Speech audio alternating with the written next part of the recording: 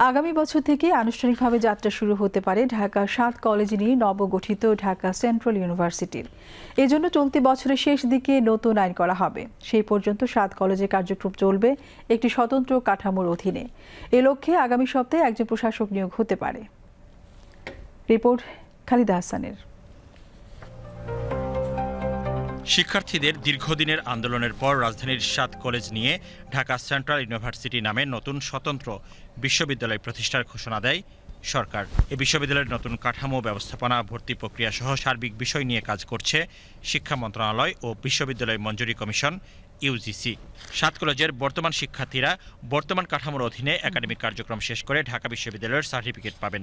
আসছে ২০২৪-২৫ শিক্ষাবর্ষের ভর্তি পরীক্ষাও হবে এ কাঠামোর অধীনেই।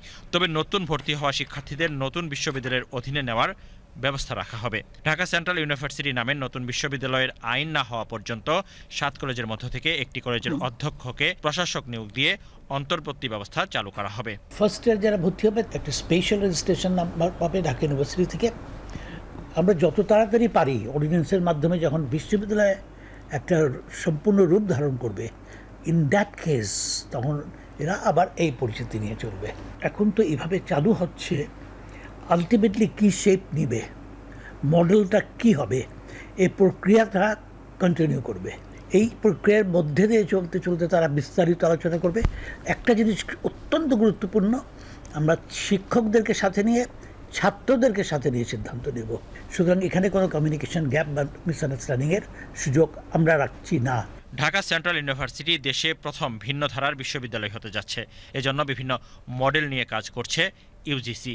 এবছরই সরকারের বিশেষজ্ঞ কমিটি আইন মন্ত্রণালয়ের সহায়তায় ঢাকা সেন্ট্রাল ইউনিভার্সিটি আইন ২০২৬-এর খসড়া করবে। এরপর সেটি অধ্যাদেশ আকারে জারি হতে পারে। যারা এখন সেকেন্ড ইয়ারে বা ফার্স্ট ইয়ারে ভর্তি হবে তারা তো ঢাকা বিশ্ববিদ্যালয় থেকে এখনই সরে আসছে না। তারা যদি ঢাকা বিশ্ববিদ্যালয়ে কন্টিনিউ করে কতদিন লাগবে তাদের সেই কোর্স শেষ করতে, এগুলো মাথায় রেখেই একটা সময়সীমা বলা হচ্ছে। আমরা চাইবো কোয়ালিটি যেন হারিয়ে না যায়, কোয়ালিটি যেন ধারণ করতে পারি। ফর দ্যাট ম্যাটার ইউজিসি তো সবগুলো ইউনিভার্সিটিতেই কোয়ালিটি নিয়ে ভীষণভাবে চিন্তা করছে। ৭ কলেজটা বেশি চিন্তা করবে, এই জন্য ৭ কলেজের অনেক ঘাটতি। নতুন বিশ্ববিদ্যালয়ে এখনকার মতো একটি কলেজে সব বিষয় পড়ানো হবে না। সেক্ষেত্রে বিভিন্ন কলেজে আলাদা আলাদা অনুষদ ভিত্তিক ক্যাম্পাস হতে পারে। তবে কলেজগুলোর ঐতিহ্য ও স্বতন্ত্রতা বজায় রাখা হবে। Khalida Hasan, BTV news, Dhaka.